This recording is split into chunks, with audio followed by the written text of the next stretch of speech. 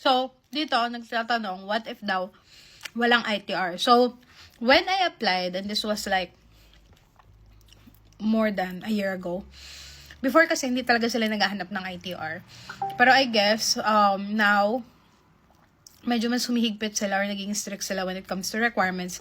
So, most likely than not, sa consulate, i-ask talaga yung ITR. So, if wala kang ITR, hindi makakount yun as experience. So, what other people do, if they're applying with their degree, na they will make it na kakastart lang nila, or ang kukunin nila is yung experience nila when they were working in corporate.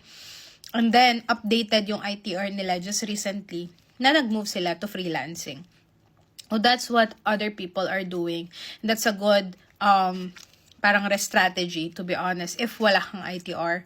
But otherwise, another option is just applying directly in Spain in UGE. Because so far, mas straightforward yung requirements and hindi sila nag-a-ask ng ITR from, like, mga nag-a-apply. So, that's something to think about, but definitely, there is no way kasi to go around it. You just have to come out and be honest na wala ka talagang ITR, and that might probably give you a denial. Ayun, I hope this helps, and thank you so much for watching. Ciao!